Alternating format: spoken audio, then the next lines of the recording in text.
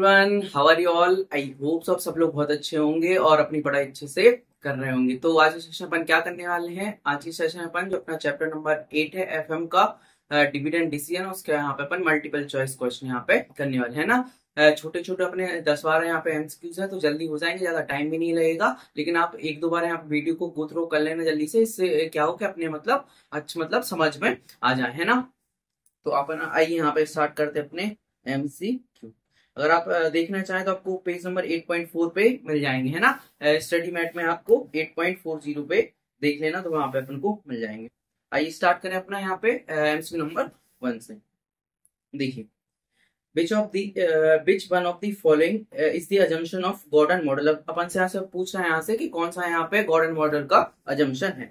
First वाला बोल रहा है कि K is greater than G, and second वाला है retention ratio once decide upon its constant. Third वाला है firm is an all equity firm, और थर्ड वाला अपना ऑल ऑफ द अबव। तो जो अपना गॉर्डन मॉडल रहता है इसमें तीनों assumption अपने रहते हैं कि अपना ग्रेटर देन रहता है जी से, और रिटेंशन रेशियो अगर अपन डिसाइड कर ले तो कांस्टेंट रहता है, और firm is an all equity firm, जो अपनी फर्म रहती है उसमें सारी इक्विटी रहती है, कोई भी डेब्ट नहीं रहती है ना। तो सही आंसर क्या हो जाएगा यहाँ पे, ऑल ऑफ द अबव।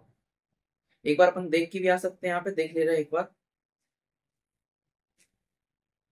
एक मिनट।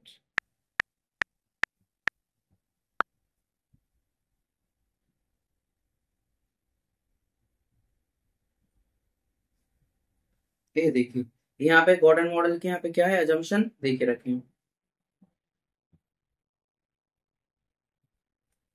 ये देखिए यहाँ पे अपन को सारे अजम्पशन दे के रखे हैं। गॉर्डन मॉडल है उसके अपन को यहाँ पे अजम्पशन दे के रखे हैं, जिसमें क्या क्या बोल के रखा है। देखिए, जो अपना रिटेंशन रेशियो है वो अपना कांस्टेंट रहता है, की भी अपने यहाँ पे कांस्टेंट रहती है, और जो अपना यहाँ पे क्या है, firm is an all equity firm I no डेप्ट, मतलब इनके पास कोई भी डेप्ट यहाँ पे नहीं रहता है। तो क्या हो जाएगा यहाँ पे ना, ऑल ऑफ दी अबव अपना यहाँ पे कौन सा आंसर बन जाएगा यहाँ पे, डी। ओके,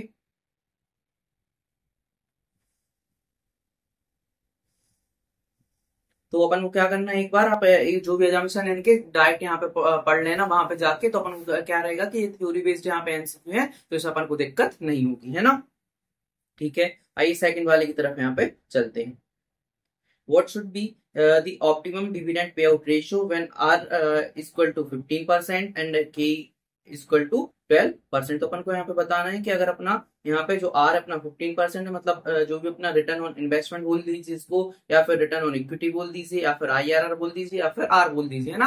अगर ये चारों शब्द यूज हो तो आप समझ जाना है यहाँ पे कि रिटर्न ऑन इन्वेस्टमेंट की यहाँ पे बात कर रहा है। तो पूछ रहा है कि अगर अपना R 15% है और K 12% है, तो अपन को यहाँ पे optimum dividend pay out ratio कितना होना चाहिए, है ना। तो अपन ने क्या पढ़ा था यहाँ पे, गॉर्डन में भी पढ़ा था, गॉर्डन मॉडल भी पढ़ा था कि अगर अपना R ग्रेटर देन है के से, तो यहाँ पे अपन क्या करेंगे, यहाँ पे अपन कोई भी डिविडेंड यहाँ पे नहीं देंगे। इसका क्या मतलब है कि जो अपना R है यहाँ पे, है ना, R मतलब क्या होता है, यहाँ पे लिखवा भी दे रहा हूं मैं यहाँ पे, जो अपना R है वो R क्या होता है, जो अपन रिटर्न यहाँ पे देते हैं इन्वेस्टर को, और जो के होता है यहाँ पे, के क्या होता है, एक्सपेक्टेशन रहती है किसकी, एक्सपेक्टेशन रहती है, एक्सपेक्टेशन ऑफ शेयर होल्डर, है ना। तो जो अपन रिटर्न ज्यादा दे रहे हैं, मतलब जो भी शेयर होल्डर की एक्सपेक्टेशन से, तो अपन डिविडेंड पे आउट रेशियो यहाँ पे क्या रखेंगे, 0, है ना। ओके, तो अपना यहाँ पे 2 एमसीक्यू हो गए। थर्ड वाले की तरफ चलते हैं। विच of the following is the इररिलेवेंस theory, है ना। तो अपन से यहाँ पूछा है किसमें से कौन सी यहाँ पे इररिलेवेंस थ्योरी यहाँ पे होगी, किसमें रहती है, वॉल्टर मॉडल में रहती है, गॉर्डन मॉडल में रहती है, एमएम हाइपोथेसिस में रहती है, या फिर लिंडर मॉडल में रहती है। तो अपन को बताना है यहाँ पे। तो जैसे कि अपन ने एमएम हाइपोथेसिस में पढ़ा था अपना, यहाँ पे 2 थ्योरी रहती है। एक इररिलेवेंस थ्योरी रहती है, इसमें क्या होता है कि अपन डिविडेंड दें या फिर डिविडेंड यहाँ पे नहीं दें, है ना। तो उसमें क्या होता है कि अपना जो शेयर का प्राइस पर कोई भी इम्पैक्ट अपना नहीं आता है, शेयर का प्राइस रिमेन सेम रहता है। तो अपना सही आंसर क्या हो जाएगा, सही आंसर हो जाएगा अपना यहाँ पे सी, क्योंकि अपन ने हाइपोथेसिस में ये चीज अपन पढ़ के आए, है ना। ज्यादा टफ है यहाँ पे, अभी तक एमसीक्यू नहीं है ना, सिंपल ही अपने, ज्यादा ऐसा भी नहीं कि बहुत ज्यादा टफ है, अपन से बनेंगे नहीं, है ना। आइए फोर्थ वाला यहाँ पे करते हैं। If the company DP ratio is 60% and ROI is 16%, what should be the growth rate। तो अपन को यहाँ पे डिविडेंड पे आउट रेशियो दे दिया गया है, और अपन को ROI यहाँ पे दे दिया गया है। अपन से पूछ रहे हैं यहाँ पे ग्रोथ क्या होगी। तो देखिए, जैसा कि अपन ने पढ़ा है यहाँ पे कि retention ratio equal, sorry, growth equal to क्या होता है, बी इंटू आर। बी यहाँ पे क्या होता है, बी होता है अपना रिटेंशन रेट, और आर होता है अपना रिटर्न ऑन इन्वेस्टमेंट। तो आप कहेंगे सर यहाँ पे अपन को बी तो दे के नहीं रखा है, अपन को तो डीपी रेशियो देख रखा है, तो कैसे निकलेगा? तो देखिए अपना 100% यहाँ पे क्या रहता है, डिविडेंड रहता है, तो अपन ने 100 में से 60% अगर अपन ने डिविडेंड यहाँ पे पे कर दिया तो अपना रिटेंशन कितना बचेगा, 40%। तो यहाँ पे बी कितना हो जाएगा, 40। तो बी हो जाएगा 40 मतलब 0.40, और आर अपन को यहाँ पे 16% दे के रखा है, तो इंटू 0.16। तो करिए 0.40 इंटू 0.16, तो आंसर कितना हो जाएगा अपना, आंसर हो जाएगा अपना 6.4%। तो क्या हो जाएगा, है ना, सिंपल था, ये भी ज्यादा टफ नहीं था। अगर आपने एक बार ये चैप्टर किया है, मतलब ऊपर ऊपर से भी देखा है, तो आपको ये वाले एमसीक्यू बन रहे होंगे, है ना। ठीक है, 4 एमसीक्यू अपने यहाँ पे कंप्लीट हो गए हैं। फिफ्थ वाले की तरफ चलते हैं।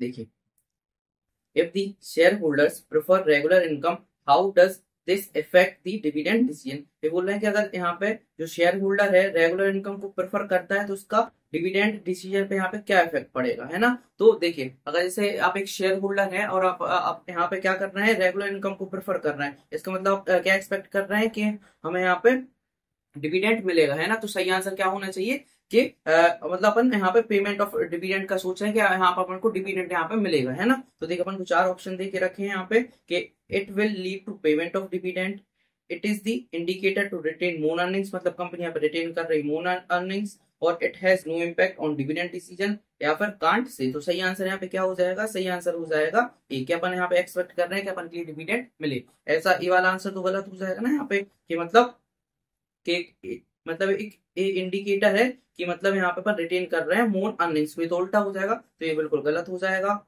और ये वाला कि इस पे कोई इम्पैक्ट नहीं पड़ेगा, ये भी गलत हो जाएगा, कांट से तो हो ही नहीं सकता। तो इसका फिफ्थ का आंसर क्या हो जाएगा, फिफ्थ का आंसर हो जाएगा यहाँ पे ए, है ना। 5 हो गए हैं, आइए नेक्स्ट की तरफ चलते हैं। 6 वाला है अपना, mature company having few investment opportunity will show high pay out ratio, this statement is. अपन को यहाँ पे बताया है कि जो मैच्योर कंपनी रहती है उनके पास फ्यू इन्वेस्टमेंट अपॉर्चुनिटी यहाँ पे रहती है। क्या शो करता है कि high pay out ratio, this statement is. अपन को बताना है फॉल्स है ये वाला स्टेटमेंट, ट्रू है या फिर पार्शियल ट्रू है, या फिर नन ऑफ दी अबव, या फिर नन ऑफ दीज है। तो सही आंसर हो जाएगा यहाँ पे कि ट्रू, है ना। जो मैच्योर कंपनी रहती है ना, मैच्योर कंपनी के पास में यहाँ पे जो यहाँ पे इन्वेस्टमेंट की अपॉर्चुनिटी यहाँ पे कम ही रहती है ना, इसलिए क्या करती है मैच्योर कंपनी, अपना डिविडेंड यहाँ पे पे करती है। तो सही आंसर क्या हो जाएगा यहाँ पे, इसका आंसर हो जाएगा ये वाला आंसर यहाँ पे ट्रू है ना, क्योंकि वो यहाँ पे क्या होती है, हाई पे आउट रेशियो उनका रहता है, मतलब जो भी अर्निंग करती है उसको डिविडेंड के रूप में यहाँ पे उसको बांट देती है ना। अपने 6 जो हो गए हैं, आइए 7th की तरफ चलते हैं। देखिए, Which of the following is the limitation of Lintner model. अपन को यहाँ पे बताना है कि लिंटर, जो अपना लिंटर मॉडल है उसकी अपनी यहाँ पे लिमिटेशन क्या है। देखिए अपन को 4 ऑप्शन यहाँ पे दे के रखे हैं कि this model not offer a market price for these shares, मतलब यहाँ पे उन्होंने बोला है कि ये वाला जो मॉडल है ये ऑफर नहीं करता है कि market price of the share. तो ये वाला पॉइंट तो सही है, क्योंकि लेंटर मॉडल से अपन क्या निकालते हैं, अपन डिविडेंड निकालते हैं ना। बाकी जो भी मॉडल है उससे अपन क्या निकालते हैं, शेयर का प्राइस निकालते हैं, लेकिन एक इकलौता मॉडल है जिससे अपन क्या निकालते हैं, यहाँ पे डिविडेंड निकालते हैं। तो ये अपना यहाँ पे हो जाएगा, सही बोल रहा है ये वाली चीज, मतलब एक लिमिटेशन ही हो गई एक तरीके से, है ना। सेकंड वाला बोल रहा है कि the adjustment factor is an arbitrary number and not based on any scientific criterion और मेथड। तो ये वाला भी सही है कि मतलब जो यहाँ पे क्या है, आर्बिट्ररी नंबर है, ना कि एक यहाँ पे साइंटिफिक क्राइटेरियन मेथड है। और सी वाला है बोथ ए एंड बी। तो सही आंसर यहाँ पे क्या हो जाएगा, बोथ ए एंड बी, क्योंकि जो अपना लिंटर मॉडल है वो यहाँ पे क्या करता है, मार्केट प्राइस शेयर्स नहीं बताता है, तो ये भी एक लिमिटेशन है। और एक मतलब दूसरी पॉइंट यहाँ पे बोल रहा है कि जो फैक्टर आर्बिट्ररी यहाँ पे नंबर होता है, तो ये भी अपने यहाँ पे क्या बोल रहा है, यहाँ पे ये भी एक लिमिटेशन हो गई। तो सही आंसर हो जाए यहाँ पे बोथ ए एंड बी। एक बार अपन देख लेते हैं लिंटर मॉडल में लिमिटेशंस क्या बोलती है। आई थिंक मेरे हिसाब से लिंटर मॉडल में कोई भी यहाँ पे लिमिटेशंस नहीं दी गई।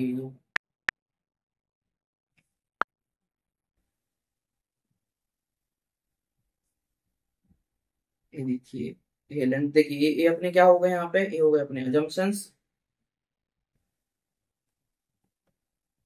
देखिए ये अपने अजम्पशंस हो गए डायरेक्ट, तो ये अपना फॉर्मूला देख रखा, कहीं पे भी अपन क्या यहाँ पे कोई लिमिटेशंस यहाँ पे नहीं देख रखी। तो ये अपन को क्या थोड़ा दिमाग लगा, पढ़ के भी नहीं गए ऐसा, तो अपन को नॉर्मली ऐसा दिमाग लगाना है। देखिए जो अपना डिविडेंड यहाँ पे है, एक फॉर्मूला इसका यहाँ पे डिविडेंड निकालना होता है कि डिविडेंड कैसे निकालते हैं, ना कि अपन को शेयर प्राइस यहाँ पे निकालने का यहाँ पे बोला है ना। तो ये अपनी लिमिटेशन हो गई। एक तो इससे क्या निकलता है, अपना शेयर का प्राइस नहीं निकलता है, और दूसरा क्या हो गया, ये एक आर्बिट्रेरी नंबर है, ना कि यहाँ पे एक साइंटिफिक मेथड।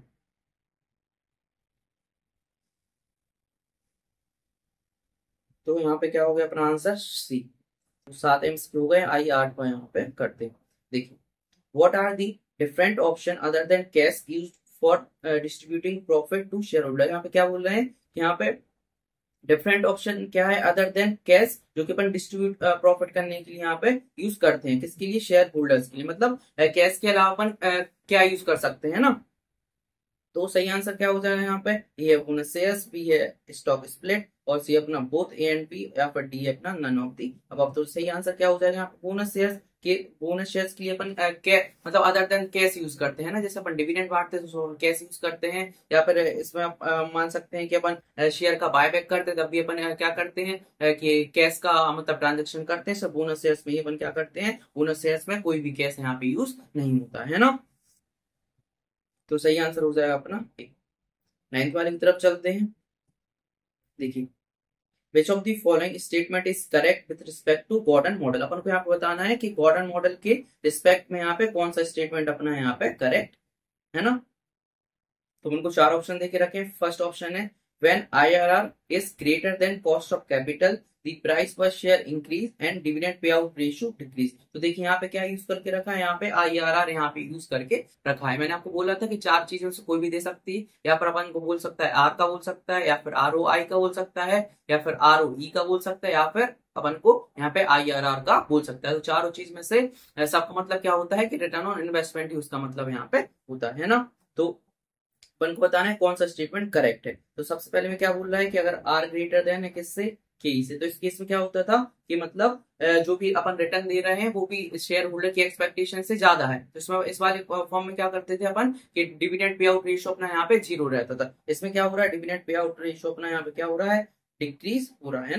इस वाले पर करते थे मतलब जो आर अपना ग्रेटर देन है के से, मतलब जो भी अपन रिटर्न दे रहे हैं वो अपना किससे ज्यादा है, जो भी शेयर होल्डर है उसकी एक्सपेक्टेशन से ज्यादा है। मतलब यहाँ पे अपन क्या करते हैं, इस केस में अपना डिविडेंड कम देते हैं क्योंकि अपन अपना रिटर्न ज्यादा हो रहा है उसकी शेयर होल्डर की एक्सपेक्टेशन से। इसमें अपन क्या करेंगे, डिविडेंड को अपन यहाँ पे कम करेंगे है ना। तो वो वही चीज इसमें बोल रहा है कि शेयर का जो प्राइस है वो इंक्रीज होगा और डिविडेंड यहाँ पे डिक्रीज होगा। तो मतलब अपना आंसर हो जाएगा यहाँ पे ए, क्योंकि ए ही बोल रहा है। ठीक है, बाकी अपन 3 ऑप्शन भी एक बार चेक कर ले रहे हैं। जैसे कि when IRR greater than cost of capital, R अपना ग्रेटर देन है के ई से, तो यहाँ पे dividend pay out ratio increase, तो ये गलत ही हो गया। तो इसमें अपन क्या कर रहे हैं, इसमें डिविडेंड को अपन कम कर रहे हैं ना, तो ये भी अपना यहाँ पे गलत हो जाएगा। सी ऑप्शन चेक कर ले रहे हैं, when IRR equal to cost of capital, जब अपना आर यहाँ पे इक्वल टू है के ई के, तो उस वाले केस में अपन क्या करते थे कि या तो डिविडेंड दें या फिर डिविडेंड नहीं दे, कोई फर्क यहाँ पे नहीं पड़ रहा है। और यहाँ पे क्या कह रहा है कि dividend pay out ratio decrease, तो ये भी अपना हो जाएगा यहाँ पे गलत, ये दोनों गलत हो गए। फोर्थ वाला देख लेते हैं, when IRR is lower than cost of capital, मतलब जब अपना यहाँ पे आर लोअर देन है किससे, के से, उस वाले केस में क्या करेंगे अपन, डिविडेंड को अपन पूरा बांट देंगे। तो इसमें क्या कह रहा है कि dividend pay out ratio decrease है, गलत हो रहा है, ये भी उल्टा बोल दिया है। इसमें अपन इस वाले केस में क्या करेंगे, डिविडेंड बांटेंगे, लेकिन इसमें क्या बोल रहा है कि डिक्रीज करेंगे, तो ये भी अपना यहाँ पे गलत हो जाएगा। सही आंसर क्या हो जाएगा यहाँ पे ए, जब अपना यहाँ पे आर ग्रेटर देन है के से, तो इस केस में अपन क्या करेंगे, डिविडेंड जो है उसको अपन डिक्रीज करेंगे। तो ये वाला यहाँ पे ऑप्शन अपना सही है, तो आंसर हो जाएगा। ठीक है, आइए 10th वाले की तरफ चलते हैं। देखिए, compute EPS according to Graham and Dodd approach from the given information. अपन को क्या यहाँ पे कंप्यूट करना है, ईपीएस अपन को कंप्यूट करना है, कुछ इन्फॉर्मेशन अपन को यहाँ पे देके रखिए। तो फॉर्मूला क्या होता है ग्राहम एंड डॉट का, देखिए P equal to multiplier D plus E by 3, ये अपना यहाँ पे फॉर्मूला होता है। तो सिंपली इसमें क्या करना है, इन्फॉर्मेशन पुट करना है और अपना आंसर आ जाएगा। तो देखिए अपन को इन्फॉर्मेशन देके रखी है, जैसे कि देखिए पी अपन को देके रखा है कितना है, पी अपना 56 है, डिविडेंड पे आउट रेशियो देके रखा है, डिविडेंड पे आउट रेशियो देके रखा है 60% है ना। और मल्टीप्लायर कितना देके रखा है अपन, 2 देके रखा है। सब को क्या यहाँ पे डिविडेंड नहीं देके रखा है, सब क्या देके रखा है, डिविडेंड पे आउट रेशियो देके रखा हुआ है यहाँ पे। तो आपका आंसर होगा कि सर यहाँ पे डिविडेंड तो नहीं देके रखा है, सब डिविडेंड पे आउट रेशियो देके रखा है। और डिविडेंड तो तब निकलेगा ना जब अपन को अर्निंग दी हुई होगी, उसी से तो अपन डिविडेंड निकाल सकते हैं, क्योंकि अर्निंग पे ही अपना डिविडेंड पे आउट रेशियो लगता है। तो देखिए अपन को क्या करना है यहाँ पे, देखिए अर्निंग तो अभी अपन को नहीं पता है अर्निंग क्या है अपनी, है ना। तो अर्निंग को अपन मानेंगे ई, तो डिविडेंड क्या हो जाएगा, डिविडेंड इक्वल टू हो जाएगा अर्निंग को क्या माना है अपन ने, ई माना है, तो E into dividend pay out ratio. तो यहाँ से ई इंटू ये अपना 60%, तो इसको अपन बोल सकते हैं 0.60 ई, है ना। तो यहाँ से अपना डिविडेंड अपन को पता चल गया, है ना। तो अपन को सारी चीजें पता है, पी भी पता है, एम भी पता है, और अपन को ई तो अपन ने यहाँ पे मान ही लिया, अर्निंग इज इक्वल टू ई है। अपन को सिर्फ इन्फॉर्मेशन पुट करना है तो अपना आंसर आ जाएगा। एक मिनट,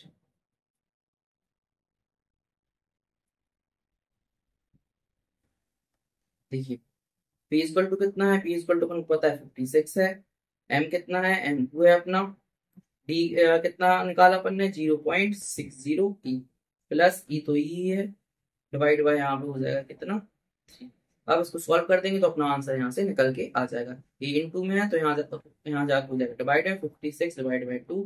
इसको सॉल्व कर देंगे, इसका एलसीएम ले लेंगे, इस वाले इसका एलसीएम लेंगे तो कितना हो जाएगा, यहाँ पे ये हो जाएगा, यहाँ पे ऊपर इंटू हो जाएगा तो 1.80 है ना, और प्लस यहाँ पे ई हो जाएगा डिवाइड बाय 3। यहाँ पे हो जाएगा, इसको डिवाइड कर देंगे तो 28 हो जाएगा, और यहाँ पे हो जाएगा 2.80 ई, यहाँ पे 3। अब डिवाइड में यहाँ जाके इंटू में हो जाएगा 28 इंटू 3 2.80 ई। अब 28 इंटू 3 हो जाएगा 84, 2.80 ई। तो ई इक्वल टू कितना हो जाएगा, 84 डिवाइड बाई 2.80। तो ई कितना आ जाएगा, 84 डिवाइड बाई 2.80, तो अपना आ जाएगा यहाँ पे 30। ये कितना हो जाएगा यहाँ पे, ये 30 हो गया, है ना। ये तो मैंने आपको सॉल्व करा इसलिए टाइम लगा, समझाने में टाइम लगता है, आप खुद से करेंगे तो ये मान के चलिए 2 मिनट में ही हो जाएगा, है ना। ये हो गया एक तरीका, मतलब इससे आप कर सकते हैं। अगर और आपको दूसरा तरीका करना है तो आप ऐसा भी कर सकते हैं, यहाँ पे जो अपना ई है ना, जैसे 30, यहाँ पे ई को 30 मान लेना डायरेक्ट, यहाँ पे जैसे अपन ने ई को यहाँ पे 30 मानेंगे और डिविडेंड पे आउट रेशियो 60% कर देंगे तो वो यहाँ पे आ जाएगा, और सारी इन्फॉर्मेशन यहाँ पे पुट कर देंगे तो आंसर कितना है, जितना पी अपना 56 है ना वही यहाँ पे आंसर आ जाएगा, है ना। जिससे 56 आएगा वही समझ जाना, वही यहाँ पे सही आंसर है ना। लेकिन इस वाली क्या हो सकता है, इस वाली मेथड आपको हो सकता है टाइम लग जाए, इसलिए आप ऐसे सॉल्व कर देना तो जल्दी हो जाएगा, ज्यादा टाइम खराब नहीं होगा, है ना। ठीक है, तो अपना 10वां भी हो गया एमसीक्यू, 11वीं की तरफ चलते हैं। देखिए, which among the following is not an assumption of Walter model. अपन को यहाँ पे बताना है कि वॉल्टर मॉडल का यहाँ पे कौन सा assumption नहीं है ना। 4 ऑप्शन है, ए अपना rate of return and cost of capital are constant, B अपना information is freely available to all, और सी अपना this is discrimination in taxes, और फोर्थ वाला the fund has perpetual life. तो सही आंसर क्या हो जाएगा अपना, there is discrimination in taxes, है ना। मतलब ये वाला assumption यहाँ पे नहीं रहता, है ना।